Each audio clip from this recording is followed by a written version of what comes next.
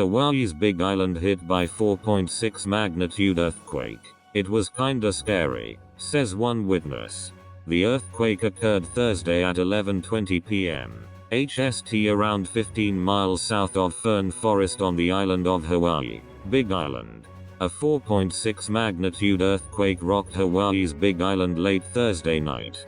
According to the U.S. Geological Survey, the quake occurred at 11:20 p.m.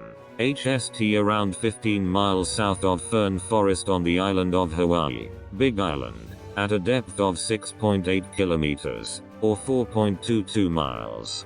In a tweet following the quake, the Hawaii County Civil Defense Agency reported, "The Pacific Tsunami Warning Center reports the earthquake which occurred in the vicinity of the south flank of the Kilauea volcano was not large enough to cause a tsunami for the island and state of Hawaii. I say again, there is no tsunami threat to the island of Hawaii," the group added.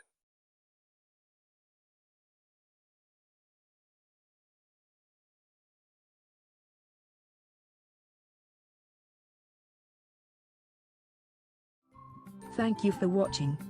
Please subscribe to us on YouTube. If you like, donate to us, visit home on the page PayPal.